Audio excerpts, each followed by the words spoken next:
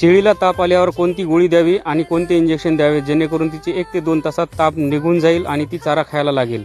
ही बघा माझी शेळी आहे, तिला रात्री अचानक ताप आली 106.4, तर हिला मी मेलनेक्स प्लस नावाची टॅबलेट दिली आणि तिची 1 ते 2 तासामध्ये तिची ताप पूर्णपणे निघून गेली। आपण सुरुवातीच्या लक्षणावर भर दिली तर आपली टॅबलेटवरच गोळीवरच ताप निघून जाते।